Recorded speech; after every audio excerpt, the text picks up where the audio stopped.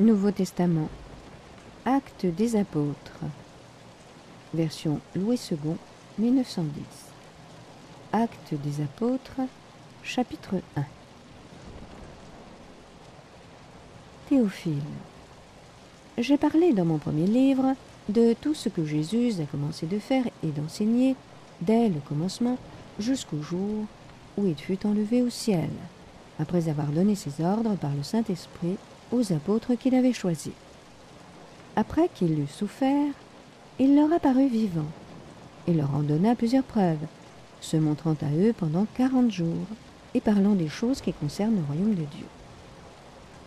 Comme il se trouvait avec eux, il leur recommanda de ne pas s'éloigner de Jérusalem, mais d'attendre ce que le Père avait promis, ce que je vous ai annoncé, leur dit-il. Car Jean a baptisé d'eau, mais vous, dans peu de jours, vous serez baptisés du Saint-Esprit. Alors les apôtres réunis lui demandèrent, « Seigneur, est-ce en ce temps que tu rétabliras le royaume d'Israël ?» Il leur répondit, « Ce n'est pas à vous de connaître les temps ou les moments que le Père a fixés de sa propre autorité. Mais vous recevrez une puissance, le Saint-Esprit survenant sur vous, et vous serez mes témoins à Jérusalem, dans toute la Judée, dans la Samarie et jusqu'aux extrémités de la terre. » Après avoir dit cela, il fut élevé pendant qu'ils le regardaient, et une nuée le déroba à leurs yeux. Et comme ils avaient les regards fixés vers le ciel pendant qu'ils s'en allaient, voici, 2 hommes vêtus de blanc leur apparurent et dirent, « Hommes galiléens, pourquoi vous arrêtez-vous à regarder au ciel? Ce Jésus qui a été enlevé au ciel du milieu de vous viendra de la même manière que vous l'avez vu allant au ciel. » Alors ils retournèrent à Jérusalem, de la montagne appelée des Oliviers, qui est près de Jérusalem, à la distance d'un chemin de sabbat. Quand ils furent arrivés, ils montèrent dans la chambre haute où ils se tenaient d'ordinaire. C'étaient Pierre, Jean, Jacques, André, Philippe, Thomas, Barthélemy, Matthieu, Jacques, fils d'Alphée, Simon le Zélote et Jude, fils de Jacques. Tous d'un commun accord persévéraient dans la prière avec les femmes et Marie, mère de Jésus, et avec les frères de Jésus. En ces jours-là, Pierre se leva au milieu des frères, le nombre des personnes réunies étant d'environ 120, et il dit, « Hommes frères, il fallait que s'accomplisse ce que le Saint-Esprit dans l'Écriture a annoncé d'avance par la bouche de David, au sujet de Judas, qui a été le guide de ceux qui ont saisi Jésus. Il était compté parmi nous, et il avait part au même ministère. Cet homme, ayant acquis un champ avec le salaire du crime, est tombé, s'est rompu par le milieu du corps, et toutes ses entrailles se sont répandues. La chose a été si connue de tous les habitants de Jérusalem que ce champ a été appelé dans leur langue Akeldama, c'est-à-dire champ du sang. Or il est écrit dans le livre des psaumes que sa demeure devienne déserte, et que personne ne l'habite, et qu'un autre prenne sa charge. Il faut donc que, parmi ceux qui nous ont accompagnés, tout le temps que le Seigneur Jésus a vécu avec nous, depuis le baptême de Jean jusqu'au jour où il a été enlevé du milieu de nous, il y en ait un qui nous soit associé comme témoin de sa résurrection. Ils en présentèrent 2, Joseph, appelé Barsabas, surnommé Justus, et Matthias. Puis ils firent cette prière. « Seigneur, toi qui connais les cœurs de tous, désigne lequel de ces 2 tu as choisi, afin qu'il ait part à ce ministère et à cet apostolat que Judas a abandonné pour aller en son lieu. » Ils tirèrent au sort, et le sort tomba sur Matthias, qui fut associé aux 11 apôtres. Chapitre 2. Le jour de la Pentecôte, ils étaient tous ensemble dans le même lieu.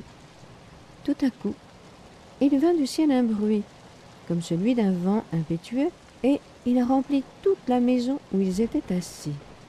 Des langues, semblables à des langues de feu, leur apparurent, séparées les unes des autres, et se posèrent sur chacun d'eux. Et ils furent tous remplis du Saint-Esprit, et se mirent à parler en d'autres langues, selon que l'Esprit leur donnait de s'exprimer. Or, il y avait en séjour, à Jérusalem, des Juifs, hommes pieux, de toutes les nations qui sont sous le ciel. Au bruit qui eut lieu, la multitude accourut, et elle fut confondue, parce que chacun les entendait parler dans sa propre langue. Ils étaient tous dans l'étonnement et la surprise, et ils se disaient les uns aux autres, « Voici, ces gens qui parlent ne sont-ils pas tous Galiléens? Et comment les entendons-nous dans notre propre langue à chacun, dans notre langue maternelle?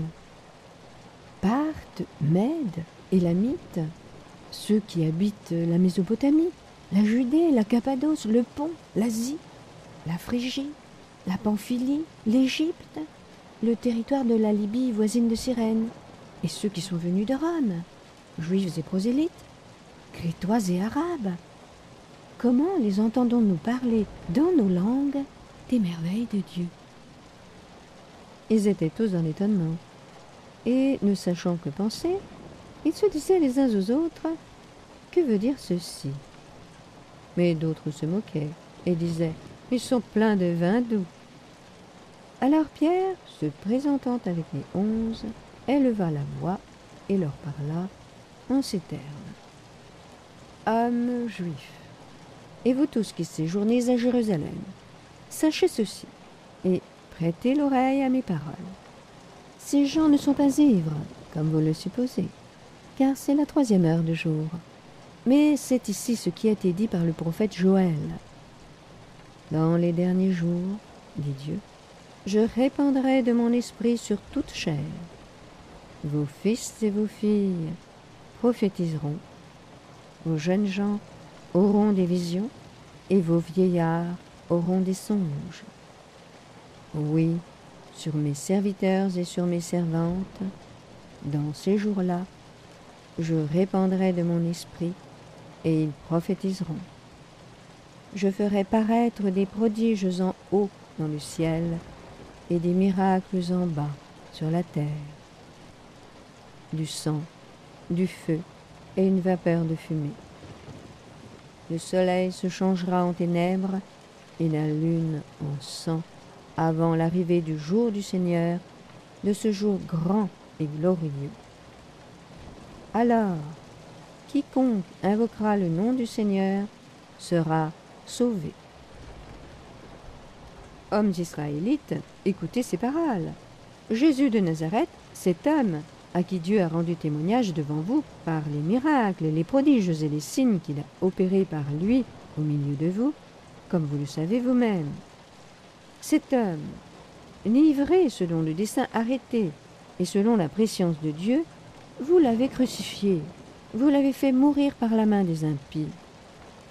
Dieu l'a ressuscité en le délivrant des liens de la mort, parce qu'il n'était pas possible qu'il fût retenu par elle. Car David dit de lui, « Je voyais constamment le Seigneur devant moi, parce qu'il est à ma droite, afin que je ne sois point ébranlé. Aussi mon cœur est dans la joie et ma langue dans l'allégresse, et même ma chair reposera avec espérance. Car tu n'abandonneras pas mon âme dans le séjour des morts, et tu ne permettras pas que ton sein voie la corruption. Tu m'as fait connaître les sentiers de la vie, tu me rempliras de joie par ta présence. » Hommes, frères, qu'il me soit permis de vous dire librement, au sujet du patriarche David, qu'il est mort, qu'il a été enseveli, et que son sépulcre existe encore aujourd'hui parmi nous. Comme il était prophète, et qu'il savait que Dieu lui avait promis avec serment de faire asseoir un de ses descendants sur son trône, c'est la résurrection de Christ qu'il a prévue et annoncée, en disant qu'il ne serait pas abandonné dans le séjour des morts et que sa chair ne verrait pas la corruption. C'est ce Jésus que Dieu a ressuscité. Nous en sommes tous témoins. Élevé par la droite de Dieu, il a reçu du Père le Saint-Esprit qui avait été promis, et il l'a répandu, comme vous le voyez et l'entendez. Car David n'est point monté au ciel, mais il dit lui-même, Le Seigneur a dit à mon Seigneur, assieds-toi à ma droite, jusqu'à ce que je fasse de tes ennemis ton marchepied. Que toute la maison d'Israël sache donc avec certitude que Dieu a fait Seigneur et Christ ce Jésus que vous avez crucifié. Après avoir entendu ce discours, ils eurent le cœur vivement touché, et ils dirent à Pierre et aux autres apôtres, « Hommes frères, que ferons-nous » Pierre leur dit, « Repentez-vous, et que chacun de vous soit baptisé au nom de Jésus-Christ, pour le pardon de vos péchés, et vous recevrez le don du Saint-Esprit. Car la promesse est pour vous, pour vos enfants, et pour tous ceux qui sont au loin, en aussi grand nombre que le Seigneur notre Dieu les appellera. » Et, par plusieurs autres paroles, il les conjurait et les exhortait, disant, « Sauvez-vous de cette génération perverse. » Ceux qui acceptèrent sa parole furent baptisés. Et, en ce jour-là, le nombre des disciples s'augmenta d'environ 3000 âmes. Ils persévéraient dans l'enseignement des apôtres, dans la communion fraternelle, dans la fraction du pain et dans les prières. La crainte s'emparait de chacun, et il se faisait beaucoup de prodiges et de miracles par les apôtres. Tous ceux qui croyaient étaient dans le même lieu, et ils avaient tout en commun. Ils vendaient leurs propriétés et leurs biens, et ils en partageaient le produit entre tous, selon les besoins de chacun. Ils étaient chaque jour tous ensemble, assidus au temple. Ils rompaient le pain dans les maisons et prenaient leur nourriture avec joie et simplicité de cœur, louant Dieu et trouvant grâce auprès de tout le peuple. Et le Seigneur ajoutait chaque jour à l'Église ceux qui étaient sauvés. Chapitre 3. Pierre et Jean montaient ensemble au temple, à l'heure de la prière. C'était la 9e heure. Il y avait un homme boiteux de naissance qu'on portait et qu'on plaçait tous les jours à la porte du temple appelé la Belle, pour qu'il demandât l'aumône à ceux qui entraient dans le temple. Cet homme, voyant Pierre et Jean, qui allaient y entrer, leur demanda l'aumône. Pierre, de même que Jean, fixa les yeux sur lui et dit « Regarde-nous ». Et il les regardait attentivement, s'attendant à recevoir d'eux quelque chose. Alors Pierre lui dit « Je n'ai ni argent ni or, mais ce que j'ai, je te le donne. Au nom de Jésus-Christ de Nazareth, lève-toi et marche. » Et le prenant par la main droite, il le fit lever. Au même instant, ses pieds et ses chevilles devinrent fermes. D'un saut, il fut debout, et il se mit à marcher. Il entra avec eux dans le temple, marchant, sautant et louant Dieu. Tout le monde le vit, marchant et louant Dieu. Il leur reconnaissait que c'était celui qui était assis à la Belle, porte du temple, pour demander l'aumône, et ils furent remplis d'étonnement et de surprise au sujet de ce qui lui était arrivé. Comme ils ne quittaient pas Pierre et Jean, tout le peuple étonné accourut vers eux au portique dit de Salomon. Pierre, voyant cela, dit au peuple, « Hommes israélites, pourquoi vous étonnez-vous de cela? Pourquoi avez-vous les regards fixés sur nous, comme si c'était par notre propre puissance ou par notre piété que nous eussions fait marcher cet homme?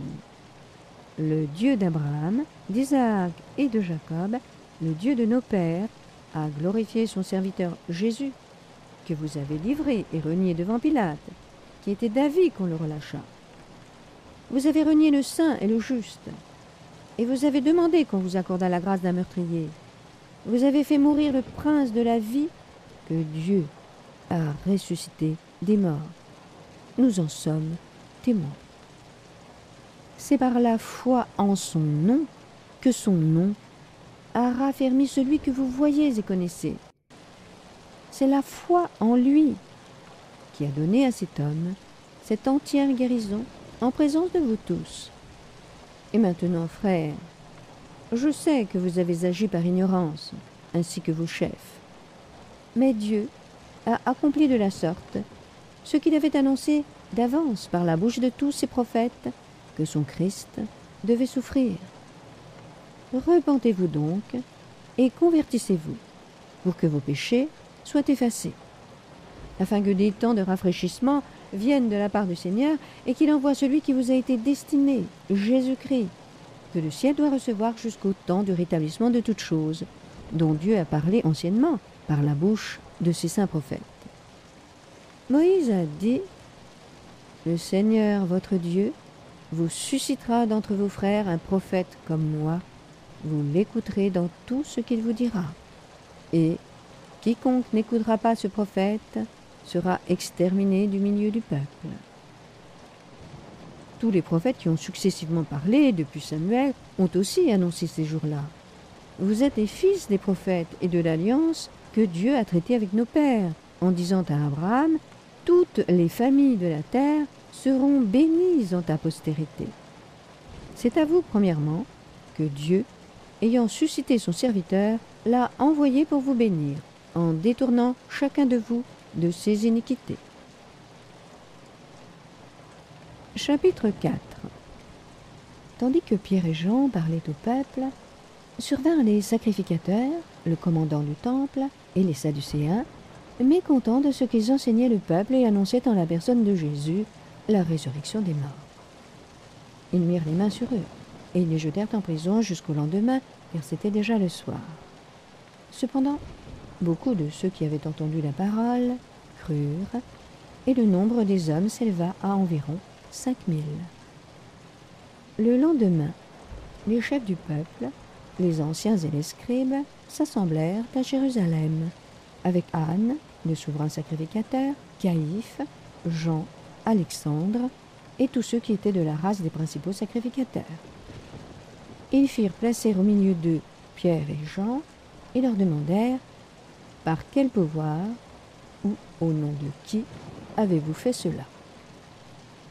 Alors Pierre, rempli du Saint-Esprit, leur dit « Chefs du peuple et anciens d'Israël, puisque nous sommes interrogés aujourd'hui sur un bienfait accordé à un homme malade, afin que nous disions comment il a été guéri, sachez-le tous, et que tout le peuple d'Israël le sache, c'est par le nom de Jésus-Christ de Nazareth que vous avez crucifié, et que Dieu a ressuscité des morts, c'est par lui que cet homme se présente en pleine santé devant vous.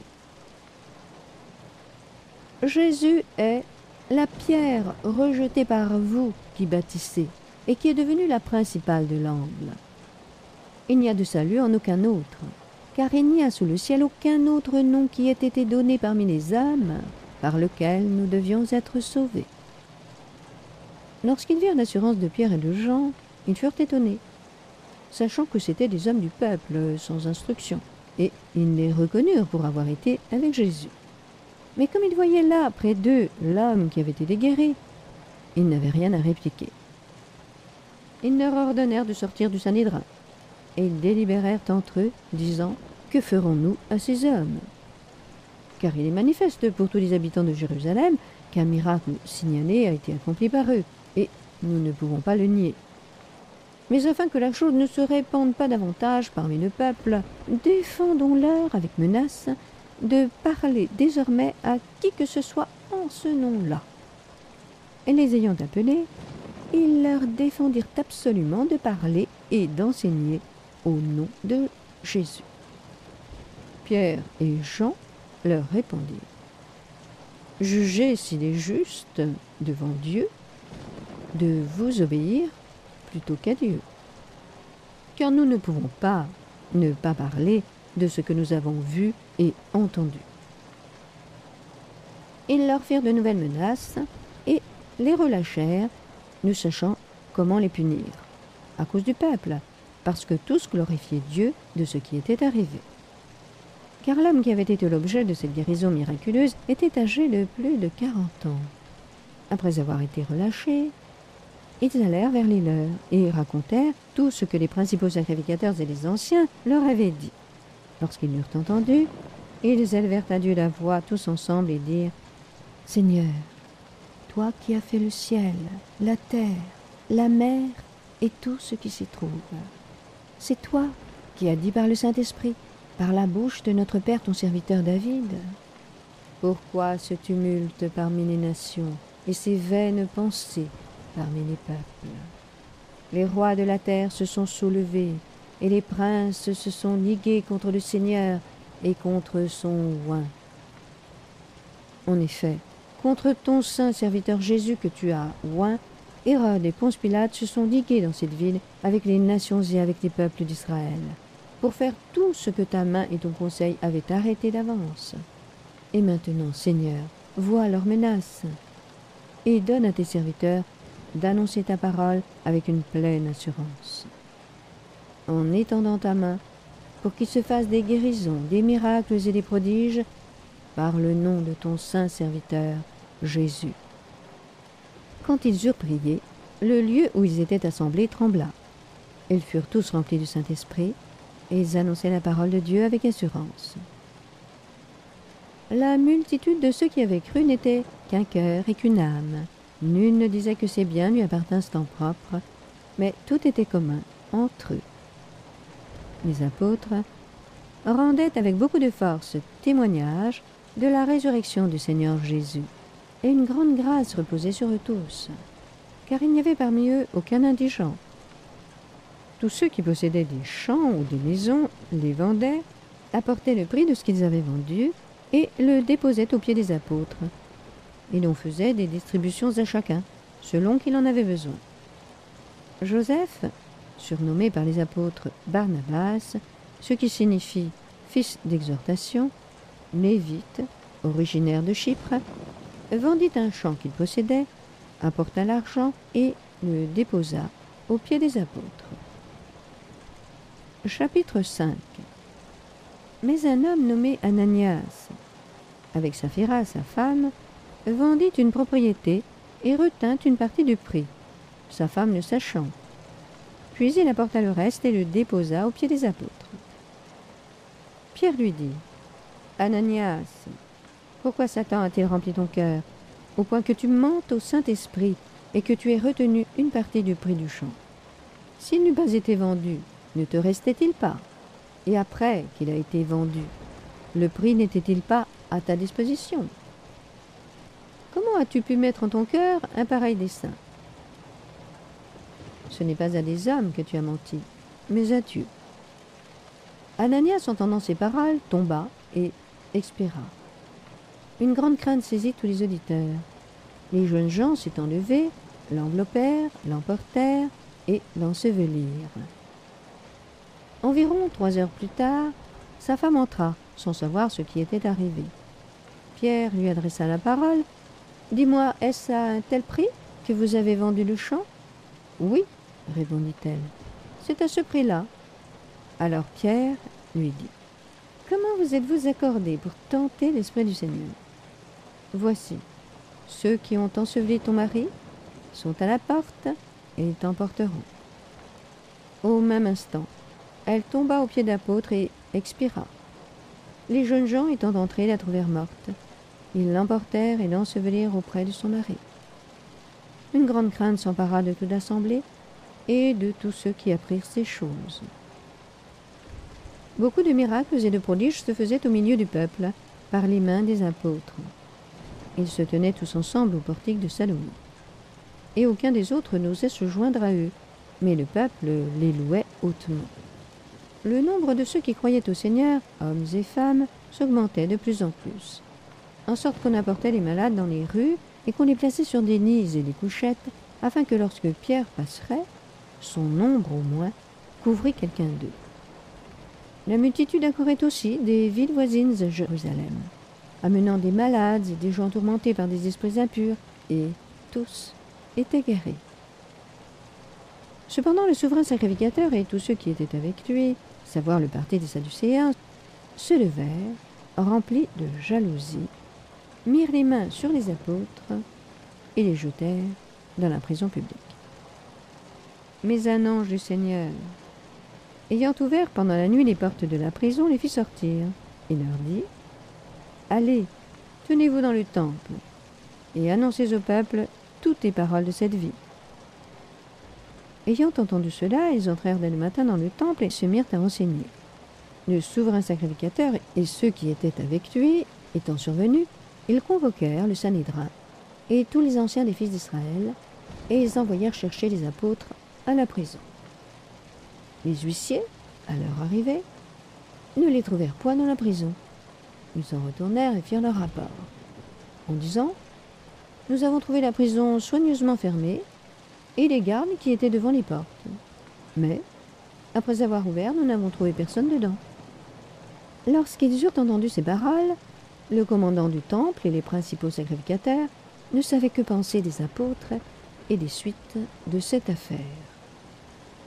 Quelqu'un vint leur dire « Voici, les hommes que vous avez mis en prison sont dans le temple, et ils enseignent le peuple. » Alors le commandant partit avec les huissiers et les conduisit sans violence, car ils avaient peur d'être lapidés par le peuple. Après qu'ils les eurent amenés en présence du Sanhédrin, le souverain sacrificateur les interrogea en ces termes. « Ne vous avons-nous pas défendu expressément d'enseigner en ce nom-là?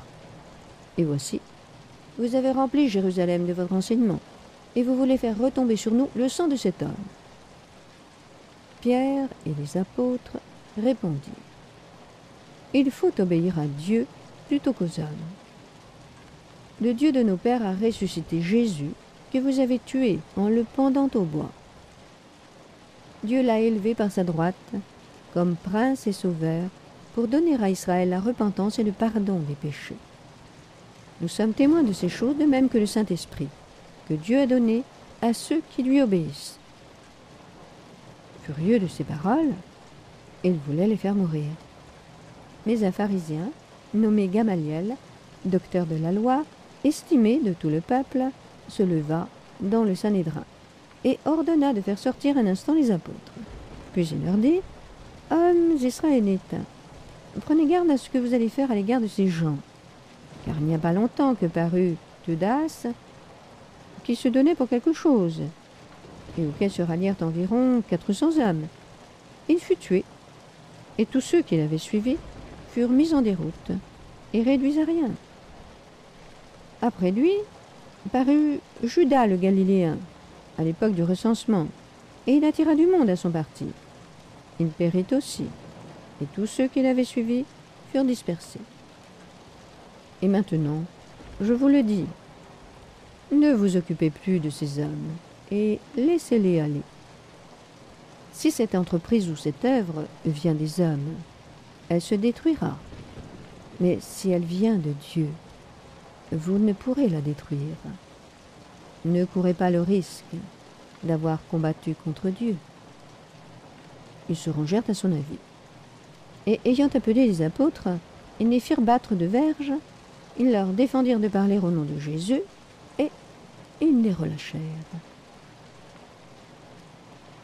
Les apôtres se retirèrent de devant le Sanhédrin, joyeux d'avoir été jugés dignes de subir des outrages pour le nom de Jésus. Et chaque jour, dans le temple et dans les maisons, ils ne cessaient d'enseigner et d'annoncer la bonne nouvelle de Jésus-Christ. Actes des apôtres, chapitre 6. En ce temps-là, le nombre des disciples augmentant, les hellénistes murmurèrent contre les Hébreux parce que leurs veuves étaient négligées dans la distribution qui se faisait chaque jour. Les 12 convoquèrent la multitude des disciples et dirent « Il n'est pas convenable que nous laissions la parole de Dieu pour servir aux tables. C'est pourquoi, frères, choisissez parmi vous 7 hommes de qui l'on rende un bon témoignage, qui soit plein d'Esprit Saint et de sagesse, et que nous chargerons de cet emploi. Et nous continuerons à nous appliquer à la prière et au ministère de la parole. » Cette proposition plut à toute l'assemblée. Ils élurent Étienne, homme plein de foi et d'Esprit Saint, Philippe, Procore, Nicanor, Timon, Parménas et Nicolas, prosélyte d'Antioche. Ils les présentèrent aux apôtres qui, après avoir prié, leur imposèrent les mains.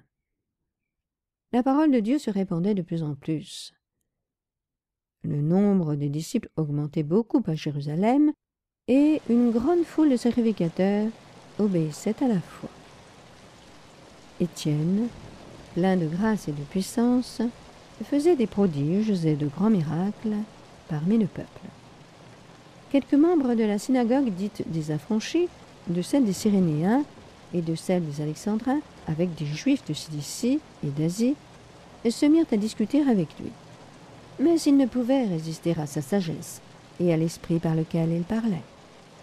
Alors ils subornèrent des hommes qui dirent « Nous l'avons entendu proférer des paroles blasphématoires contre Moïse et contre Dieu. » Ils émurent le peuple, les anciens et les scribes, et, se jetant sur lui, ils le saisirent et l'emmenèrent au Sanhédrin. Ils produisirent de faux témoins qui dirent « Cet homme ne cesse de proférer des paroles contre le lieu saint et contre la loi, car nous l'avons entendu dire que Jésus, ce Nazaréen, détruira ce lieu et changera les coutumes que Moïse nous a données. » Tous ceux qui siégeaient au Sanhédrin, ayant fixé les regards sur Étienne, son visage leur parut comme celui d'un ange. Chapitre 7. Le souverain sacrificateur dit « Les choses sont-elles ainsi ?» Étienne répondit « Hommes, frères et pères, écoutez. Le Dieu de gloire apparut à notre père Abraham lorsqu'il était en Mésopotamie, avant qu'il s'établît à Charan, et il lui dit « Quitte ton pays et ta famille, et va dans le pays que je te montrerai. » Il sortit alors du pays des Chaldéens et s'établit à Charan. De là, après la mort de son père, Dieu le fit passer dans ce pays que vous habitez maintenant. Il ne lui donna aucune propriété en ce pays, pas même de quoi poser le pied, mais il promit de lui en donner la possession et à sa postérité après lui, quoiqu'il n'eût point d'enfant. Dieu parla ainsi. Sa postérité séjournera dans un pays étranger, on la réduira en servitude et on la maltraitera pendant 400 ans. Mais la nation à laquelle ils auront été asservis, c'est moi qui la jugerai, dit Dieu. Après cela, ils sortiront et ils me serviront dans ce Dieu-ci. Puis Dieu donna à Abraham l'alliance de la circoncision. Et ainsi, Abraham, ayant engendré Isaac, le circoncis le 8e jour. Isaac engendra et circoncis Jacob, et Jacob les 12 patriarches. Les patriarches, jaloux de Joseph, le vendirent pour être emmené en Égypte. Mais Dieu fut avec lui et le délivra de toutes ses tribulations. Il lui donna de la sagesse, et lui fit trouver grâce devant Pharaon, roi d'Égypte, qu'il établit gouverneur d'Égypte et de toute sa maison. Il survint une famine dans tout le pays d'Égypte et dans celui de Canaan. La détresse était grande, et nos pères ne trouvaient pas de quoi se nourrir. Jacob apprit qu'il y avait du blé en Égypte, et il y envoya nos pères une première fois. Et la seconde fois, Joseph fut reconnu par ses frères, et Pharaon sut de quelle famille il était. Puis Joseph envoya chercher son père Jacob, et toute sa famille, composée de 75 personnes. Jacob descendit en Égypte, où il mourut, ainsi que nos pères. Et ils furent transportés à Sichem, et déposés dans le sépulcre qu'Abraham avait acheté, à prix d'argent, des fils des morts, pères de Sichem. Le temps approchait où devait s'accomplir la promesse que Dieu avait faite à Abraham, et le peuple s'accrut et se multiplia en Égypte. Jusqu'à ce que parut un autre roi, qui n'avait pas connu Joseph. Ce roi, usant d'artifices contre notre race, maltraita nos pères, au point de leur faire exposer leurs enfants pour qu'ils ne vécussent pas. À cette époque naquit Moïse, qui était beau aux yeux de Dieu. Il fut nourri 3 mois dans la maison de son père. Et quand il eut été exposé, la fille de Pharaon le recueillit, et il l'éleva comme son fils. Moïse fut instruit dans toute la sagesse des Égyptiens, et il était puissant en paroles et en œuvres. Il avait 40 ans lorsqu'il lui vint dans le cœur de visiter ses frères, les fils d'Israël. Il en vit un qu'on outrageait, et prenant sa défense, il vengea celui qui était maltraité, et frappa l'Égyptien. Il pensait que ses frères comprendraient, que Dieu leur accordait la délivrance par sa main, mais ils ne comprirent pas. Le jour suivant, il parut au milieu d'eux comme ils se battaient, et il les exhorta à la paix. « Hommes, dit-il, vous êtes frères, pourquoi vous maltraitez-vous l'un l'autre » Mais celui qui maltraitait son prochain le repoussa en disant « Qui t'a établi chef et juge sur nous? Veux-tu me tuer comme tu as tué hier l'Égyptien ?» À cette parole, Moïse prit la fuite, et il alla séjourner dans le pays de Madian, où il engendra 2 fils. 40 ans plus tard, un ange lui apparut au désert de la montagne du Sinaï, dans la flamme d'un buisson en feu. Moïse, voyant cela, fut étonné de cette apparition, et comme il s'approchait pour examiner, la voix du Seigneur se fit entendre. « Je suis le Dieu de tes pères, le Dieu d'Abraham, d'Isaac et de Jacob. » Et Moïse, tout tremblant, n'osait regarder. Le Seigneur lui dit, « Ôte tes souliers de tes pieds, car le lieu sur lequel tu te tiens est une terre sainte. J'ai vu la souffrance de mon peuple qui est en Égypte. J'ai entendu ses gémissements, et je suis descendu pour le délivrer. Maintenant, va, je t'enverrai en Égypte. » Ce Moïse qu'ils avaient renié en disant « Qui t'a établi chef et juge ?» C'est lui que Dieu envoya comme chef et comme libérateur avec l'aide de l'ange qui lui était apparu dans le buisson. C'est lui qui les fit sortir d'Égypte en opérant des prodiges et des miracles au pays d'Égypte, au sein de la mer Rouge et au désert, pendant 40 ans. C'est ce Moïse qui dit aux fils d'Israël, « Dieu vous suscitera d'entre vos frères un prophète comme moi. » C'est lui qui, lors de l'assemblée au désert, étant avec l'ange qui lui parlait sur la montagne du Sinaï et avec nos pères, reçut des oracles vivants pour nous les donner. Nos pères ne voulurent pas lui obéir. Ils le repoussèrent et ils tournèrent leur cœur vers l'Égypte, en disant à Aaron, « Fais-nous des dieux qui marchent devant nous, car ce Moïse qui nous a fait sortir du pays d'Égypte, nous ne savons ce qu'il est devenu. » En ces jours-là, ils firent un veau, ils offrirent un sacrifice à l'idole, et se réjouirent de l'œuvre de leurs mains. Alors Dieu se détourna et les livra au culte de l'armée du ciel, selon qu'il est écrit dans le livre des prophètes, « M'avez-vous offert des victimes et des sacrifices pendant 40 ans au désert, maison d'Israël? Vous avez porté la tente de Moloch et l'étoile du dieu enfant, ces images que vous avez faites pour les adorer. Aussi vous transporterai-je au-delà de Babylone. » Nos pères avaient au désert le tabernacle du témoignage, comme avait ordonné celui qui dit à Moïse de le faire d'après le modèle qu'il avait vu.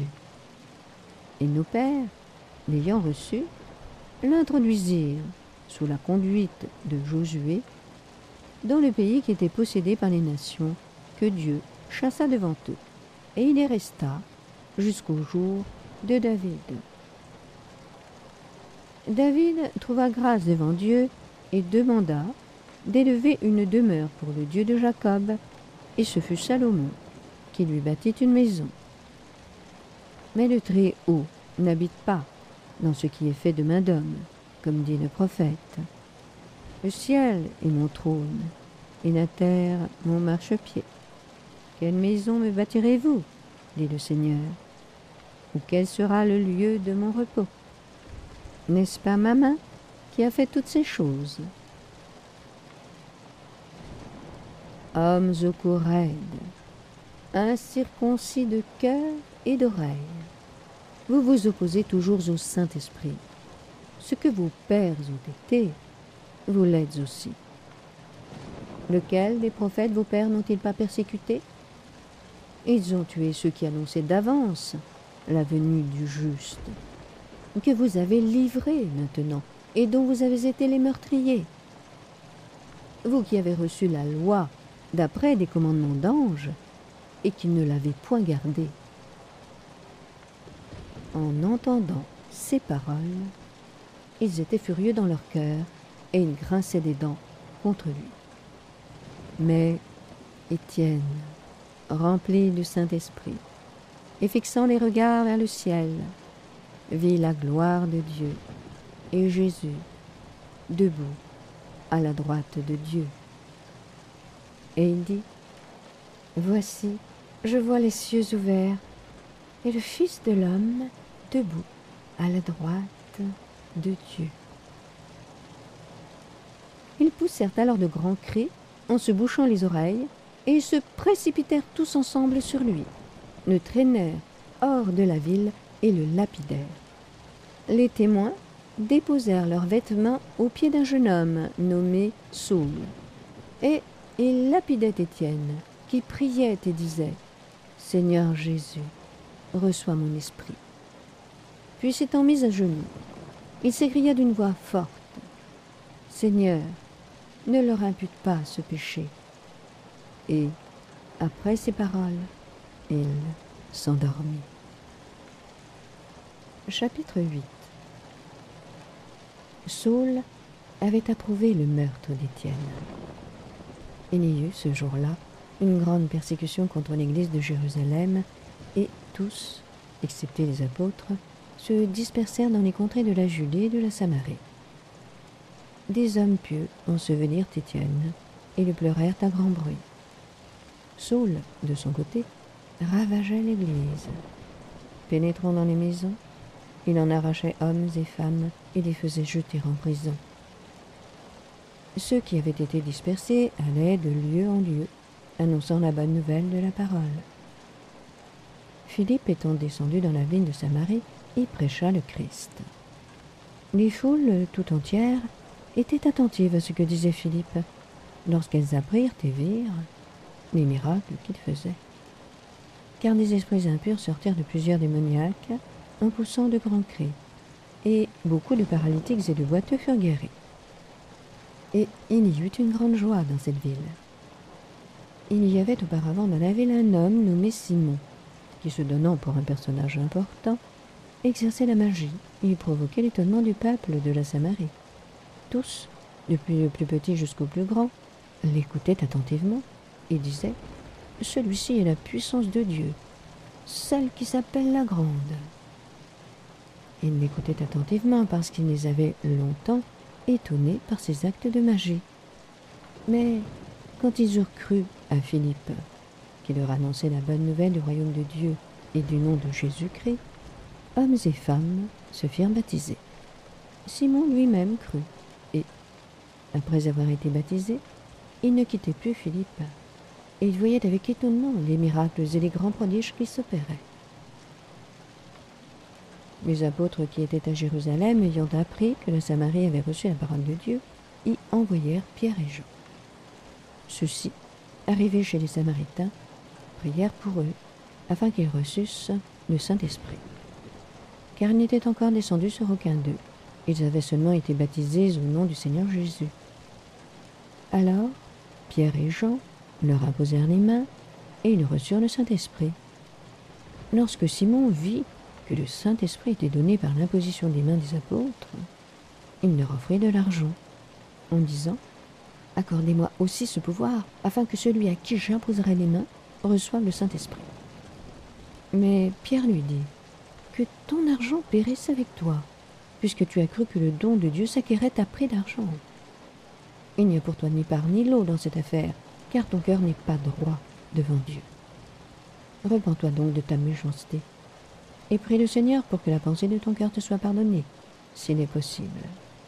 Car je vois que tu es dans un fiel amer et dans les liens de l'iniquité. » Simon répondit, « Priez vous-même le Seigneur pour moi, afin qu'il ne m'arrive rien de ce que vous avez dit. » Après avoir rendu témoignage à la parole du Seigneur, et après l'avoir prêché, Pierre et Jean retournèrent à Jérusalem en annonçant la bonne nouvelle dans plusieurs villages des Samaritains. Un ange du Seigneur, s'adressant à Philippe, lui dit « Lève-toi et va du côté du midi, sur le chemin qui descend de Jérusalem à Gaza, celui qui est désert. » Il se leva et partit. Et voici, un Éthiopien, un eunuque, ministre de Candace, reine d'Éthiopie, et surintendant de tous ses trésors, venu à Jérusalem pour adorer, s'en retournait, assis sur son char, et lisait le prophète Ésaïe. L'Esprit dit à Philippe, « Avance et approche-toi de ce char. » Philippe accourut et entendit un Éthiopien qui disait le prophète Ésaïe. Il lui dit : « Comprends-tu ce que tu lis ?» Il répondit : « Comment le pourrais-je, si quelqu'un ne me guide ?» Et il invita Philippe à monter et à s'asseoir avec lui. Le passage de l'Écriture qu'il lisait était celui-ci. « Il a été mené comme une brebis à la boucherie, et comme un agneau muet devant celui qui le tond. Il n'a point ouvert la bouche. Dans son humiliation, son jugement a été levé, et sa postérité, qui la dépeindra? Car sa vie a été retranchée de la terre. » L'eunuque dit à Philippe : « Je te prie, de qui le prophète parle-t-il ainsi ? Est-ce de lui-même ou de quelque autre ?» Alors Philippe, ouvrant la bouche et commençant par ce passage, lui annonça la bonne nouvelle de Jésus. Comme ils continuaient leur chemin, ils rencontrèrent de l'eau, et l'eunuque dit : « Voici de l'eau. Qu'est-ce qui empêche que je sois baptisé ? » Philippe dit : « Si tu crois de tout ton cœur, cela est possible. » L'eunuque répondit : « Je crois que Jésus-Christ est le Fils de Dieu. » Il fit arrêter le char. Philippe et l'eunuque descendirent tous deux dans l'eau, et Philippe baptisa l'eunuque. Quand ils furent sortis de l'eau, l'Esprit du Seigneur enleva Philippe, et l'eunuque ne le vit plus. Tandis que, joyeux, il poursuivait sa route, Philippe se trouva dans Azote, d'où il alla jusqu'à Césarée, en évangélisant toutes les villes par lesquelles il passait. Chapitre 9. Cependant, Saul, respirant encore la menace et le meurtre contre les disciples du Seigneur, se rendit chez le souverain sacrificateur et lui demanda des lettres pour les synagogues de Damas, afin que, s'il trouvait des partisans de la nouvelle doctrine, hommes ou femmes, il les amenât liés à Jérusalem. Comme il était en chemin et qu'il approchait de Damas, tout à coup une lumière venant du ciel resplendit autour de lui. Il tomba par terre et il entendit une voix qui lui disait : « Saul, Saul, pourquoi me persécutes-tu » Il répondit : « Qui es-tu, Seigneur » Et le Seigneur dit : « Je suis Jésus que tu persécutes. Il te serait dur de regimber contre les aiguilles. » Tremblant et saisi d'effroi, il dit : « Seigneur, que veux-tu que je fasse » Et le Seigneur lui dit : « Lève-toi, entre dans la ville, et on te dira ce que tu dois faire. » Les hommes qui l'accompagnaient demeurèrent stupéfaits. Ils entendaient bien la voix, mais ils ne voyaient personne. Saul se releva de terre, et quoique ses yeux fussent ouverts, il ne voyait rien. On le prit par la main, et on le conduisit à Damas. Il resta 3 jours sans voir, et il ne mangea ni ne but. Or, il y avait à Damas un disciple nommé Ananias. Le Seigneur lui dit dans une vision : « Ananias » Il répondit : « Me voici, Seigneur. » Et le Seigneur lui dit : « Lève-toi, va dans la rue qu'on appelle la droite, et cherche dans la maison de Judas un nommé Saul de Tarse. » Car il prit, et il a vu en vision un homme du nom d'Ananias qui entrait et qui lui imposait les mains afin qu'il ne recouvrât la vue. Ananias répondit : « Seigneur, j'ai appris de plusieurs personnes tous les maux que cet homme a faits à tes saints dans Jérusalem. Et il a ici des pouvoirs de la part des principaux sacrificateurs pour lier tous ceux qui invoquent ton nom. » Mais le Seigneur lui dit : « Va, car cet homme est un instrument que j'ai choisi pour porter mon nom devant les nations, devant les rois et devant les fils d'Israël. Et je lui montrerai tout ce qu'il doit souffrir pour mon nom. » Ananias sortit. Et lorsqu'il fut arrivé dans la maison, il imposa les mains à Saul en disant : « Saul, mon frère, le Seigneur Jésus qui t'est apparu sur le chemin par lequel tu venais m'a envoyé pour que tu recouvres la vue et que tu sois rempli du Saint-Esprit. » Au même instant, il tomba de ses yeux comme des écailles et il recouvra la vue. Il se leva et fut baptisé. Et après qu'il eut pris de la nourriture, les forces lui revinrent. Saul resta quelques jours avec les disciples qui étaient à Damas. Et aussitôt il prêcha dans les synagogues que Jésus est le Fils de Dieu. Tous ceux qui l'entendaient étaient dans l'étonnement et disaient « N'est-ce pas celui qui persécutait à Jérusalem ceux qui invoquent ce nom?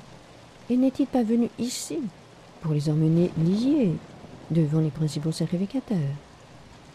Cependant, Saul se fortifiait de plus en plus, et il confondait les Juifs qui habitaient Damas, démontrant que Jésus est le Christ. Au bout d'un certain temps, les Juifs se concertèrent pour le tuer. Et leur complot parvint à la connaissance de Saul. On gardait les portes jour et nuit afin de lui ôter la vie. Mais pendant une nuit, les disciples le prirent et le descendirent par la muraille dans une corbeille. Lorsqu'il se rendit à Jérusalem, Saul tâcha de se joindre à eux, mais tous se craignaient, ne croyant pas qu'il fût un disciple. Alors Barnabas, l'ayant pris avec lui, le conduisit vers les apôtres et leur raconta comment, sur le chemin, Saul avait vu le Seigneur, qui lui avait parlé, et comment à Damas, il avait prêché franchement au nom de Jésus. Il allait et venait avec eux dans Jérusalem et s'exprimait en toute assurance au nom du Seigneur. Il parlait aussi et disputait avec les hellénistes, mais ceux-ci cherchaient à lui ôter la vie. Les frères, l'ayant su, l'emmenèrent à Césarée et le firent partir pour Tarse. L'Église était en paix dans toute la Judée, la Galilée et la Samarie, s'édifiant et marchant dans la crainte du Seigneur, et elle s'accroissait par l'assistance du Saint-Esprit. Comme Pierre visitait tous les saints, il descendit aussi vers ceux qui demeuraient à Lyde. Il y trouva un homme nommé Énée, couché sur un lit depuis 8 ans, et paralytique. Pierre lui dit « Énée, Jésus-Christ te guérit, lève-toi et arrange ton lit. » Et aussitôt, il se leva. Tous les habitants de Lyde et du Saron le virent, et ils se convertirent au Seigneur. Il y avait à Joppé, parmi les disciples, une femme nommée Tabitha, ce qui signifie Dorcas. Elle faisait beaucoup de bonnes œuvres et d'aumônes. Elle tomba malade en ce temps-là et mourut. Après l'avoir lavée, on la déposa dans une chambre haute. Comme Lyde est près de Joppé, les disciples ayant appris que Pierre s'y trouvait, envoyèrent 2 hommes vers lui pour le prier de venir chez eux sans tarder. Pierre se leva et partit avec ces hommes. Lorsqu'il fut arrivé, on le conduisit dans la chambre haute. Toutes les veuves l'entourèrent en pleurant et lui montrèrent les tuniques et les vêtements que faisait Dorcas pendant qu'elle était avec elle. Pierre fit sortir tout le monde, se mit à genoux et pria. Puis, se tournant vers le corps, il dit « Tabitha, lève-toi. » Elle ouvrit les yeux, et, ayant vu Pierre, elle s'assit. Il lui donna la main et la fit lever. Il appela ensuite les saints et les veuves, et la leur présenta vivante. Cela fut connu de tout Joppé, et beaucoup crurent au Seigneur. Pierre demeura quelque temps à Joppé chez un corroyeur nommé Simon. Chapitre 10. Il y avait à Césarée un homme nommé Corneille, centenier dans la cohorte dite italienne. Cet homme était pieux et craignait Dieu avec toute sa maison. Il faisait beaucoup d'aumônes au peuple et priait Dieu continuellement. Vers la 9e heure du jour, il vit clairement dans une vision un ange de Dieu qui entra chez lui et qui lui dit « Corneille !» Les regards fixés sur lui et saisi d'effroi, il répondit « Qu'est-ce, Seigneur ?» Et l'ange lui dit « Tes prières et tes aumônes sont montées devant Dieu, et il s'en est souvenu. Envoie maintenant des hommes à Joppé, et fais venir Simon, surnommé Pierre. Il est logé chez un certain Simon, corroyeur, dont la maison est près de la mer. » Dès que l'ange qui lui avait parlé fut parti, Corneille appela 2 de ses serviteurs et un soldat pieux d'entre ceux qui étaient attachés à sa personne. Et après leur avoir tout raconté, ils les envoyèrent à Joppé. Le lendemain, comme ils étaient en route et qu'ils approchaient de la ville, Pierre monta sur le toit vers la 6e heure pour prier. Il eut faim et il voulut manger. Pendant qu'on lui préparait à manger, il tomba en extase. Il vit le ciel ouvert et un objet semblable à une grande nappe, attaché par les 4 coins, qui descendait et s'abaissait vers la terre, et où se trouvaient tous les quadrupèdes et les reptiles de la terre et les oiseaux du ciel. Et une voix lui dit : « Lève-toi, Pierre, tue et mange. » Mais Pierre dit : « Non, Seigneur, car je n'ai jamais rien mangé de souillé ni d'impur. » Et pour la seconde fois, la voix se fit encore entendre à lui : « Ce que Dieu a déclaré pur, ne le regarde pas comme souillé. » Cela arriva jusqu'à 3 fois. Et aussitôt après, l'objet fut retiré dans le ciel. Tandis que Pierre ne savait en lui-même que penser du sens de la vision qu'il avait eue, voici les hommes envoyés par Corneille, s'étant informés de la maison de Simon, se présentèrent à la porte et demandèrent à haute voix si c'était là que logeait Simon, surnommé Pierre. Et comme Pierre était à réfléchir sur la vision, l'Esprit lui dit : « Voici, 3 hommes te demandent. Lève-toi, descends, et pars avec eux sans hésiter, car c'est moi qui les ai envoyés. » Pierre donc descendit et dit à ces hommes : « Voici, je suis celui que vous cherchez. Quel est le motif qui vous amène ?» Ils répondirent : « Corneille, centenier, homme juste et craignant Dieu, et de qui toute la nation des Juifs rend un bon témoignage, a été divinement averti par un saint ange de te faire venir dans sa maison et d'entendre tes paroles. » Pierre donc les fit entrer et les logea. Le lendemain, il se leva et partit avec eux. Quelques-uns des frères de Joppé l'accompagnèrent. Ils arrivèrent à Césarée le jour suivant. Corneille les attendait et avait invité ses parents et ses amis intimes. Lorsque Pierre entra, Corneille, qui était allé au-devant de lui, tomba à ses pieds et se prosterna.